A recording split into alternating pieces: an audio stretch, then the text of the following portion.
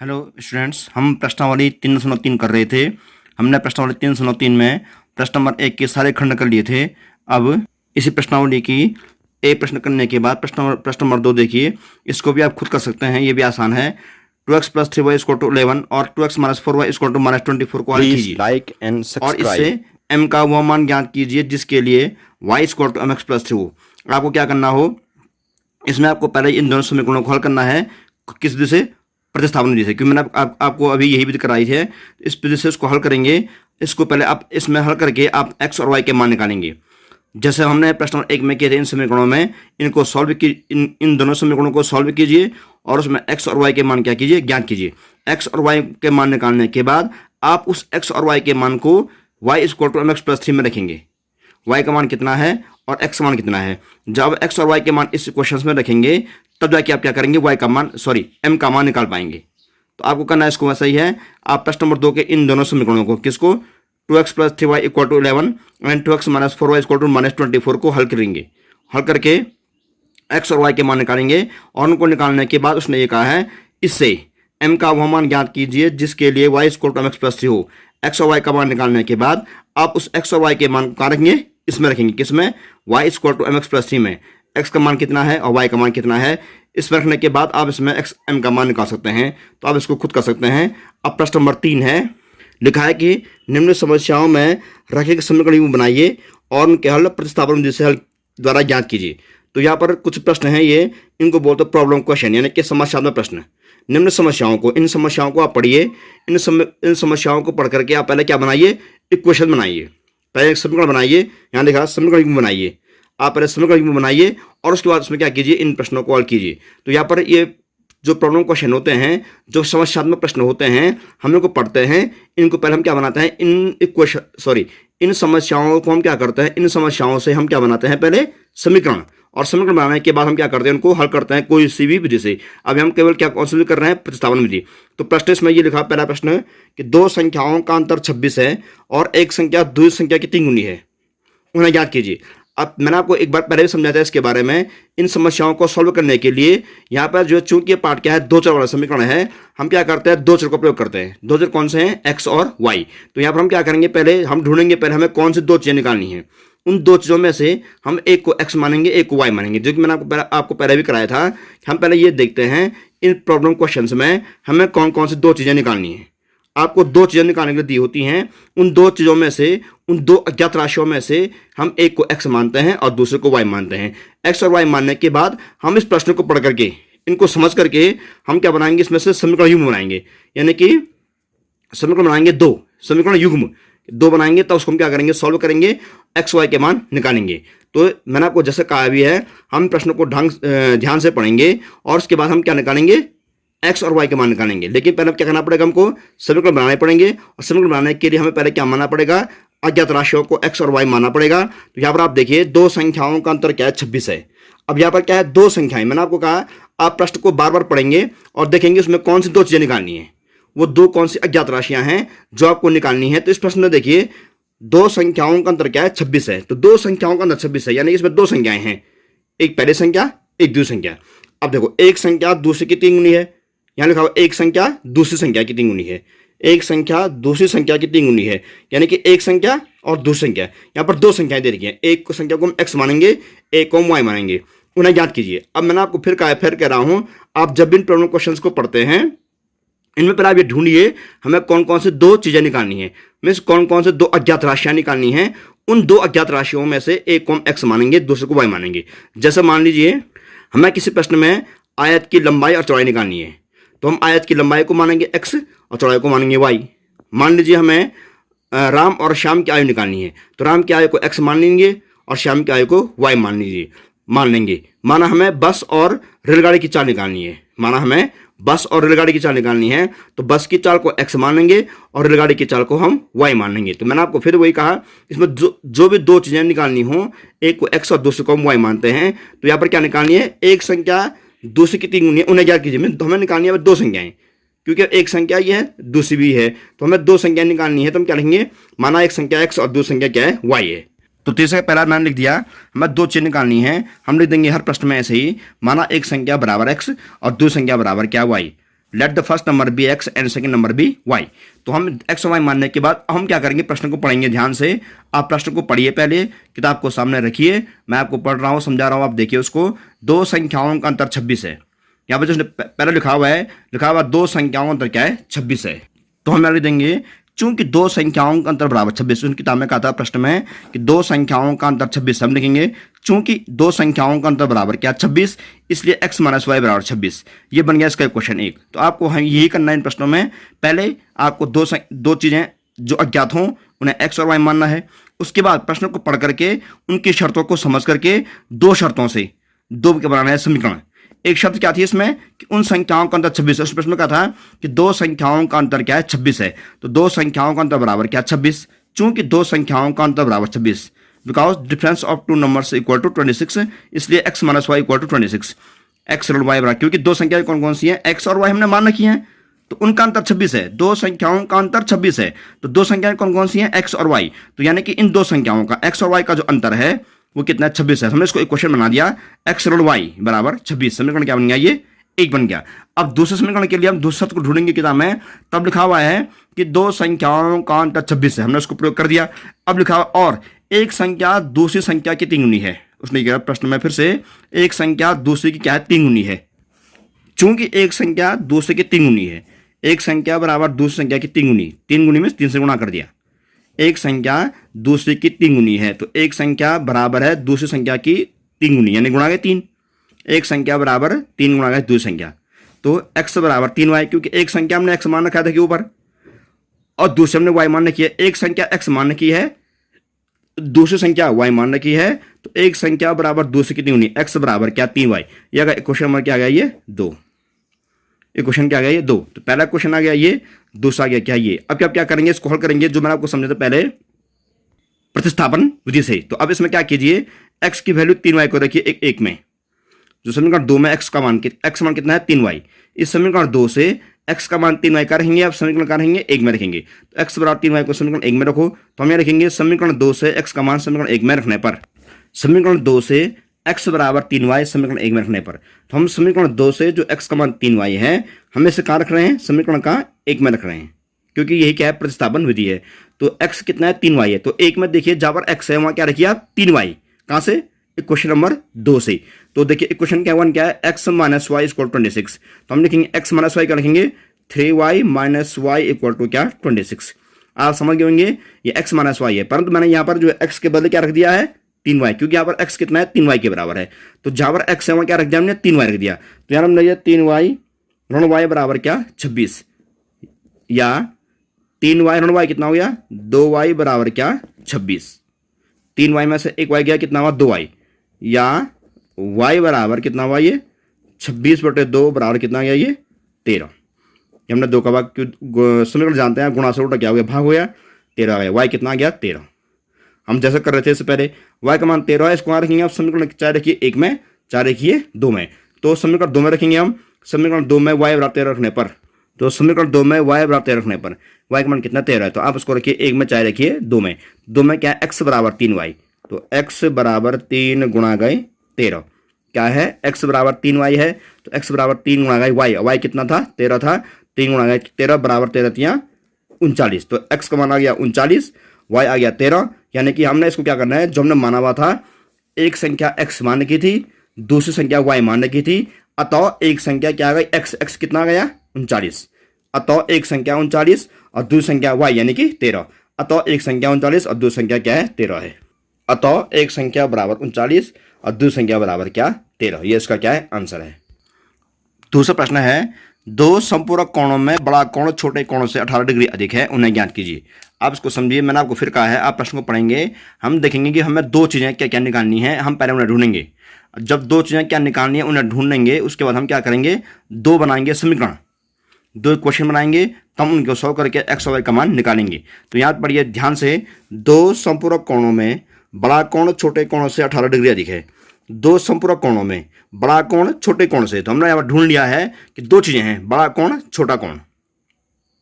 दो संपूरक कोण है, उनमें से एक बड़ा है, एक क्या है, छोटा कोण है।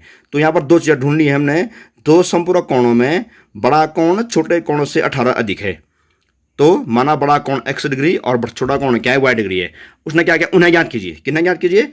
उन दोनों कोणों को। किन दो कोणों को? जो बड़ा है और जो क्या है छोटा है। क्योंकि अब प्रश्न में लिखा हुआ है दो संपूरक कोणों में बड़ा कोण छोटे कोण से 18 डिग्री अधिक है। बड़ा कोण छोटे कोण से, यानी कि एक तो कोण बड़ा है, एक कोण क्या छोटा है। तो हमने बड़े कोण को x मान लिया और छोटे कोण को क्या y मान लिया। उन्हें ज्ञात कीजिए। किन्हें? उन कोणों को ज्ञात कीजिए। किन कोणों को? बड़ा कोण और क्या छोटा कोण। तो हमने लिख दिया माना बड़ा कोण x डिग्री और छोटा कोण क्या है y डिग्री है। देखिए दूसरा प्रश्न, माना बड़ा कोण x डिग्री और छोटा कोण क्या है y डिग्री है। क्योंकि हमें दो चीजें निकालनी है, बड़ा कोण और क्या छोटा कोण। हमें वो दोनों कोण निकालने हैं। हमने पहले मान दिया। अब हम क्या करेंगे, दो शर्तों को ढूंढेंगे। उन दो शर्तों से क्या बनाएंगे, हम दो इक्वेशन बनाएंगे। तो प्रश्न को आप ध्यान से देखिए, बुक में लिखा हुआ है दो संपूरक कोणों में। अब यहाँ पर एक चीज लिखी हुई है, हम इसको खुद समझेंगे। दो संपूरक कोणों में, दोनों कोण क्या कहा उन्हें? संपूरक, सप्लीमेंट्री एंगल। तो संपूरक कोण आप जानते हैं, आपने पढ़ा हुआ क्लास 7th में 8th में कि जब दो कोणों का योग 180 अंश हो उन्हें बोलते हैं संपूरक कोण। प्रश्न में उसने कहा है दो संपूरक कोणों में। आप किताब में देखिए, दो संपूरक कोणों में। तो दो कैसे कोण है? संपूरक कोण है। अगर दो कोण संपूरक हैं तो उनका योग कितना होगा? 180 होगा। क्योंकि हम जानते हैं कि दो संपूरक कोणों का योग कितना होता है? 180 अंश होता है। और वैसे ही दो पूरक कोणों का योग कितना होता है? 90 अंश। तो आप जानते हैं क्लास 7th 8th में पढ़ा है आपने कि दो पूरक कोणों का योग 90 अंश होता है और दो संपूरक कोणों का योग 180 अंश होता है। तो यहाँ पर किताब में क्या है? दो संपूरक कोणों में। चूंकि वो संपूरक कोण है तो उनका योग कितना होगा? 180 होगा। यानी कि x और y का योग कितना होगा? 180 होगा। तो x plus y equal to 180 degree. क्योंकि क्या बन गया? एक समीकरण बन गया। मैंने लिख दिया इसलिए यहाँ, चूंकि दो संपूरक कोणों का योग 180 अंश होता है। क्योंकि उसने किताब में कहा कि दो कोण क्या है? वो संपूरक कोण है। तो चूंकि दो संपूरक कोणों का जो 180 अंश होता है, इसलिए x plus y equal to 180 degree. और दो कोण कौन से हैं? वो x और y हमने मान रखे हैं। यानी कि दो कोण जो x और y हैं उनका योग कितना है? 180 अंश है। तो x plus y equal to 180 degree, ये बन गया समीकरण नंबर क्या? 1। तो हमने एक शर्त से हमने एक समीकरण बना दिया है। अब देखिए दूसरा तो क्या लिखी हुई है उसने कि दो संपूरक कोणों में बड़ा कोण छोटे कोण से 18 डिग्री अधिक है। तो शर्त इसमें यह है, कंडीशन ये है कि बड़ा कोण छोटे कोण से 18 डिग्री अधिक है। तो फिर सुनिए, बड़ा कोण छोटे कोण से 18 डिग्री अधिक है। बड़ा कोण कौन है? x। तो हम लिखेंगे x बड़ा कोण बराबर छोटे कोण। छोटा कोण कौन सा है? y। 18 डिग्री अधिक है, धन 18 डिग्री आ गया। ये बन गया क्वेश्चन 2, समीकरण 2 कि बड़ा कोण छोटे कोण से 18 डिग्री अधिक है। बड़ा कोण हमने x मान रखा है, देखिए छोटा कोण हमने y मान रखा है यहाँ। तो हमने क्या लिया? बड़ा कोण छोटे कोण से 18 डिग्री अधिक है। तो बड़ा कोण x बराबर छोटा कोण y, 18 डिग्री अधिक में से धन 18। क्योंकि अधिक का उसने तो प्लस कर दिया, 18 डिग्री कम कहेगा तो हम माइनस करेंगे। तो यहाँ पर प्रश्न ये है, शर्त ये है कि बड़ा कोण छोटे कोण से 18 डिग्री अधिक है। इन शर्तों को समझना बहुत आवश्यक है। इनको समझने के बाद ही हम क्या करेंगे? समीकरण बना पाएंगे और उसको हम हल कर पाएंगे। तो शर्त यह है दूसरी वाली कि बड़ा कोण छोटे कोण से 18 डिग्री अधिक है। तो बड़ा कोण छोटे कोण से, बड़ा हमने x मान रखा है, छोटा हमने y मान रखा है। तो बड़ा कोण छोटे कोण से 18 डिग्री अधिक है। बड़ा कोण बराबर छोटा कोण धन 18, यानी कि x बराबर y धन 18। यह गया समीकरण नंबर क्या बन गया? ये 2। ये समीकरण नंबर 2 बन गया। एक समीकरण ये है, एक दो समीकरण क्या ये है। तो हम किसको क्या करेंगे? हल करेंगे। समीकरण 2 से x का मान क्या रखेंगे? समीकरण 1 में रखेंगे। x कितना है? y plus 18। तो एक में, समीकरण 1 में जहां पर x है ये, हम वहां क्या रखेंगे? y धन 18।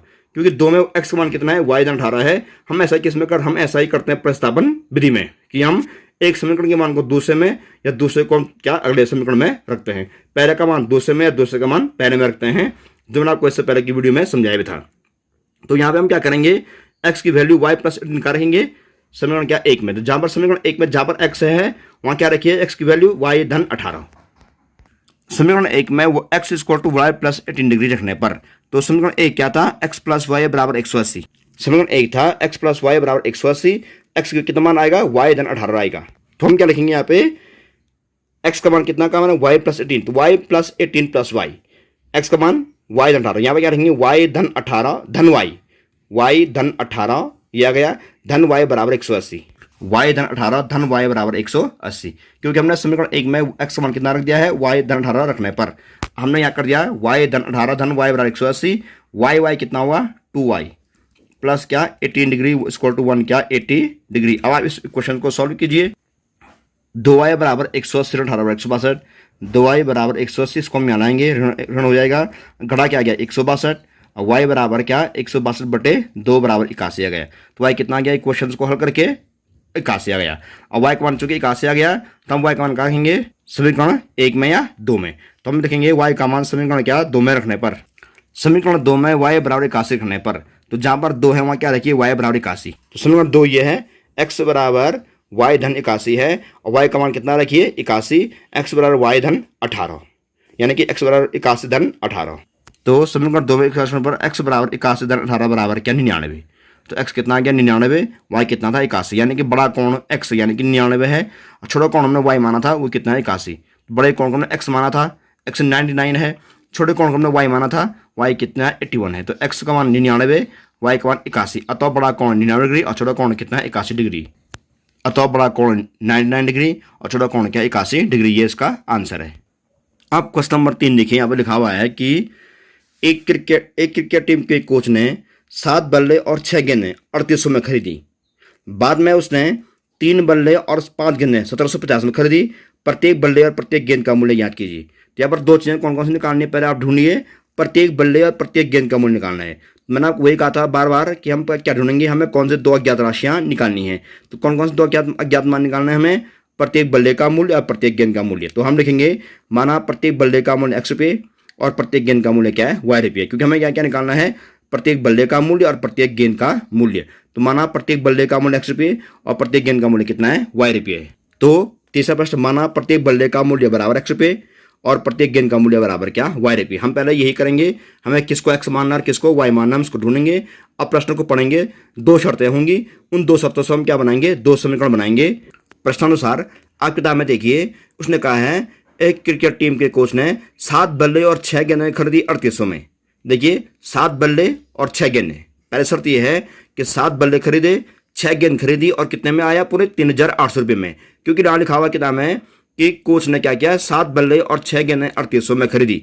तो देखिए एक बल्ले का मूल्य ₹X है, यदि एक बल्ला ₹X का है तो 7 बल्ले कितने होंगे 7X के होंगे, क्योंकि एक बैट का मूल्य ₹X, 7 बैट का मूल्य 7X। और वैसे ही एक गेंद का मूल्य ₹Y माना हुआ है। एक गेंद प्रत्येक मीन्स होता है एक, प्रत्येक मीन्स एक, प्रत्येक गेंद का मूल्य ₹Y है। जब एक गेंद का मूल्य ₹Y है तो 6 का मूल्य कितना होगा 6Y होगा। भाई एक बल्ले का मूल्य ₹X, 7 बल्लों का मूल्य 7X। वैसे ही एक गेंद का मूल्य ₹Y माना हुआ है तो 6 गेंद का मूल्य 6Y।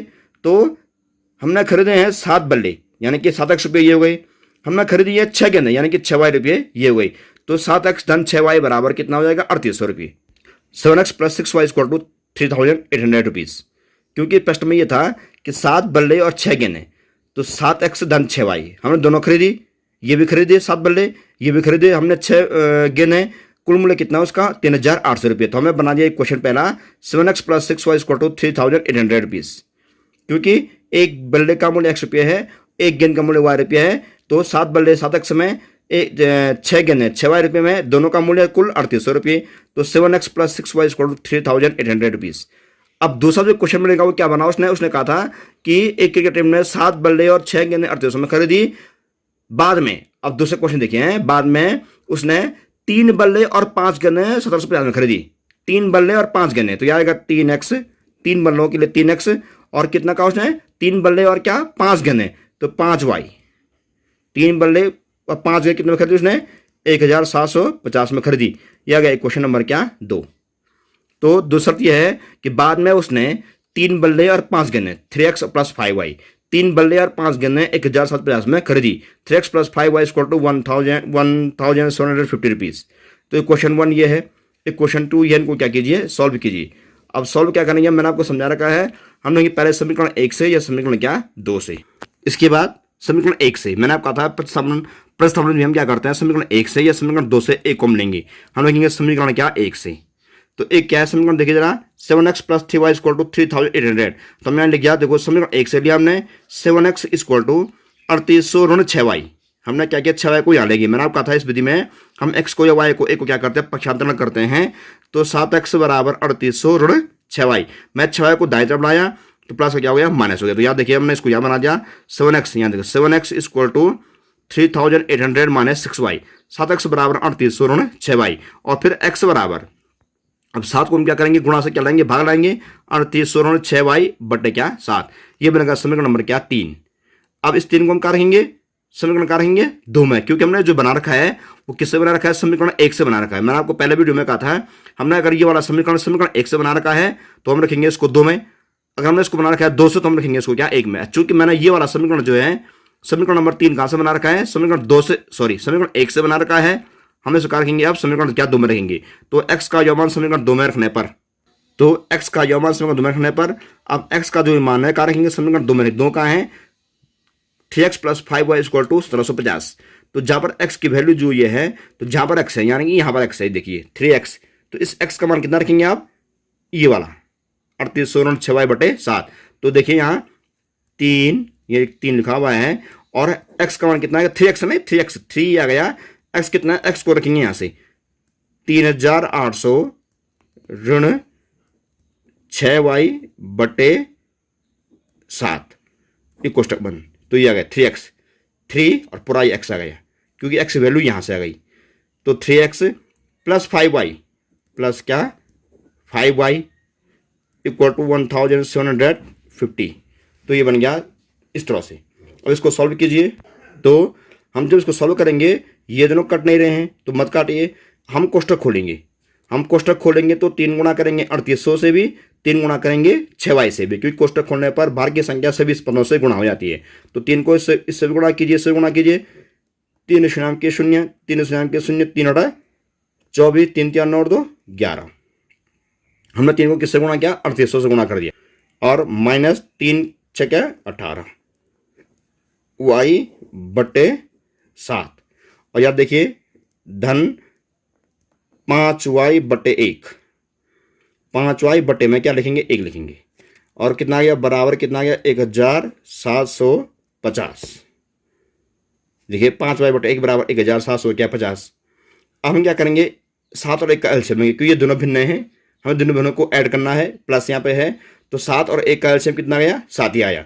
इनका लॉस हो गया 7, 1 को हम यहाँ गुणा करेंगे, 7 को हम यहाँ गुणा करेंगे। तो हमने इसको यहाँ कर दिया है, देखिए इनका एलसीएम आया 7, हम इसको यहाँ गुणा करेंगे, इस 7 को यहाँ गुणा करेंगे, जब 1 को यहाँ गुणा करेंगे तो आएगा 11418y धन सच बनिए 35, तो ये आए गुणा हो जाएगा 35y, तो 11418y धन 35y बटे में क्या 7 बराबर 1750। तो एलसीएम का कितना है 7 है, तो ऊपर अंश में क्या आएगा 11418y धन सच बनिए 35y। तो 11418y धन 35y बटे में क्या गया 7 जो था बराबर 1750 को हमने ऐसे उतार दिया। अब देखिए अंश में 18y 35y, y को क्या करेंगे हम जोड़ देंगे या घटा देंगे। तो देखिए कितना है ये 11400, इन दोनों को इनमें बड़ा कौन है 35, यहाँ पे क्या आएगा प्लस, क्योंकि बड़ी संख्या का चिन्ह क्या है 35 है। 35 से 18 घटाओ 17y और बराबर कितना गया इस 7 को यहाँ गुणा करो, क्योंकि 7 बटे में है यानी कि 7 भाग है, भाग का उल्टा क्या हो गया गुणा। तो देखिए तो 7 को यहाँ गुणा करते हैं, इस तरह से लिख दिया हमने, ठीक है ना। देखेंगे या क्योंकि क्वेश्चन बन गया है यहाँ गया 17y बराबर 12250, इसको हम यहाँ लाएंगे 11400, क्योंकि प्लस से क्या होगा माइनस, या 17y बराबर 850, गुणा क्या गया 850, या y बराबर 850 बटे कितना आ गया ये 17 बराबर क्या 17 पंजे 85, ये आ गया कितना 50। तो y की वैल्यू कितनी आ गई है 50। अब y का मान 50 आ गया है, इसको हम क्या रखेंगे समीकरण क्या 3 में, x बराबर 3800 * 6y, 6 गुणा गई y कितना आ गया 50 बटे कितना आ गया 7। अब देखिए या x बराबर 3800 * 6 पंजे क्या 30, 300 बटे क्या 7, क्योंकि हम पहले गुणा करते हैं, पहले घटाएंगे नहीं, पहले हम गुणा करेंगे, ये नियम है इसका। 6 पंजे 30 यानी कि 300, यहाँ घटाई कितना है बराबर देखिए जरा, घटा क्या आएगा क्या 3500 बटे 7, x बराबर घटा क्या गया 3500 बटे 7, 7 पंजे 35, 500, तो x आ गया 500, y कितना आया था 50, तो x है 500, y 50 है। तो हमने क्या माना था प्रत्येक बल्ले का मूल्य x रुपये, प्रत्येक गेंद का मूल्य y रुपये, तो क्या हो जाएगा अतः, अब आएगा अतः प्रत्येक बल्ले का मूल्य बराबर 500 रुपये, क्योंकि x का मान 500 है और y का मान कितना था 50 था, तो प्रत्येक गेंद का मूल्य बराबर 50 रुपये। अतः प्रत्येक बल्ले का मूल्य 500 रुपये और प्रत्येक गेंद का मूल्य क्या 50 रुपये। तो यहाँ पर मैंने आपको प्रश्न नंबर 3 में करा दिया है। अब इसके बाद प्रश्न नंबर 4 है, 5 है, 6 है, हम इसको अगले वीडियो में करेंगे क्योंकि वीडियो बहुत बड़ा हो रहा है। तो आज हमने प्रश्न नंबर 2 को समझा था। प्रश्न नंबर 3 में मैंने एक आपको पहला प्रश्न, दूसरा और तीसरा हल करके दिखाए। अब उसके बाद के प्रश्न हम अगले दिन हल करेंगे। आप फिर कोई में इन्हीं प्रश्नों करेंगे, अगले वीडियो में मुलाकात करेंगे। तब तक के लिए गुड बाय।